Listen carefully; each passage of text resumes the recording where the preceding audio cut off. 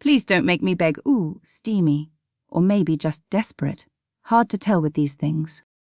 For heaven's sake, context. That's from page somewhere in Snowed In with Mr. Heartbreaker by Pippa Grant.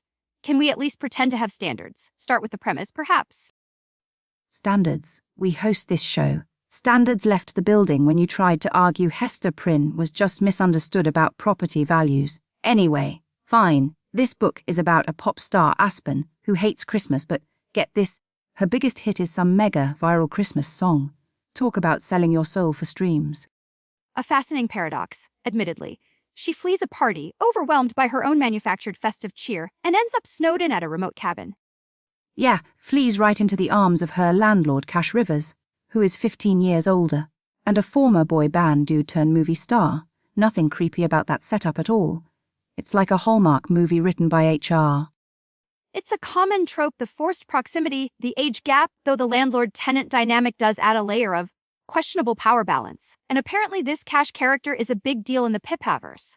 Fans were practically rioting for his story. Pippaverse. Sounds like a theme park sponsored by Pepto, Bismol, and Fans. These people sound like a cult. One reviewer was losing sleep over this novella. Another one forgave the author because Pippa Grant apparently claimed Cash, the fictional character, wouldn't speak to her during writing. What is that? Method writing gone wrong? Did she hold a séance? Let's perhaps focus on the characters themselves, not the authorial channeling. Cash Rivers, former boy band sensation, now a Hollywood heartbreaker?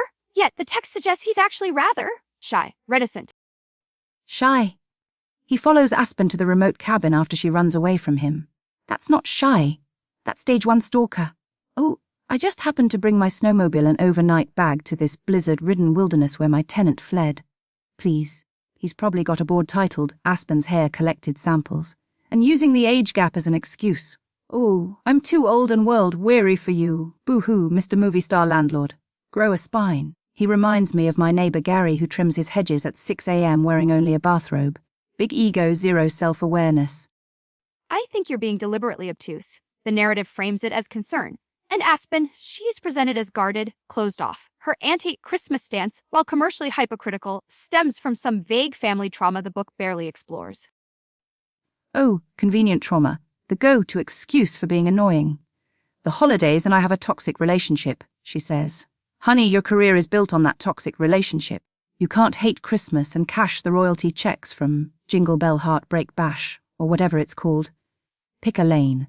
And running away from mistletoe, grow up. Is she relatable or just deeply irritating? I can't decide. Probably irritating. Like people who say they hate drama, but live for it. Some reviewers found her sweet and deserving of happiness, though others agreed with your assessment of her inconsistencies. One called her flat and uninspiring. Exactly. Which brings us to the big question. Is this book actually, good, or just trope soup served cold because the power's out? Well, the critical reception is polarized. We have 5-star reviews calling it perfection, adorable, the best in series. Then we have a rather blunt assessment. This was a blah read. The characters are flat and inspiring and lack chemistry. Ouch. Blah, I love it. Finally, some honesty. Another reviewer complained it had too many tropes, directions, and not enough development of any of them. Sounds about right. Snowed in, age gap, landlord, and celebrity, Christmas hater, former boy band. It's like the author threw darts at a board of cliches. There was also considerable discussion about the practicality of intimacy in a cabin without running water during a blizzard. One reviewer explicitly stated, "The thought of sexy times in a house without running water isn't sexy." Thank you. See, hygiene matters. Forget the fireplace scene. I'm worried about frostbite and potential infections. And don't forget the bear. A bear apparently breaks into Cash's car. Is this a romance or a Jack London novel gone wrong? If a bear broke into my date's car, I'm not cuddling. I'm calling animal control and maybe my lawyer. Certainly strains credulity.